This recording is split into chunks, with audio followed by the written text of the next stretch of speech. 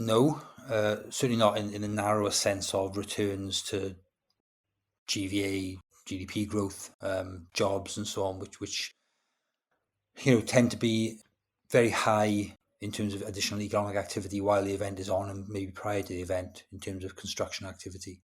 And then afterwards, not much happens, and then the narrative shifts to whether the event spurs development you would have wanted anyway. In the best cases, so for example, in Wales, in the place I started, the new national stadium for rugby was only built because we held the Rugby World Cup, and without the Rugby World Cup, we would not have got the national lottery grant for that stadium of £42 million or whatever it was.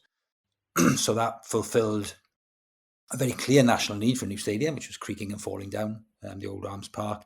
And you can see similar narratives emerge around things like Barcelona, which is held as one of the most successful Olympics in terms of urban redevelopment, although, contested in some ways. You can certainly stitch together wider arguments that these events fit within a wider development kind of process. But in terms of the event themselves and the jobs they create, there's very little evidence you get your money back in that sense.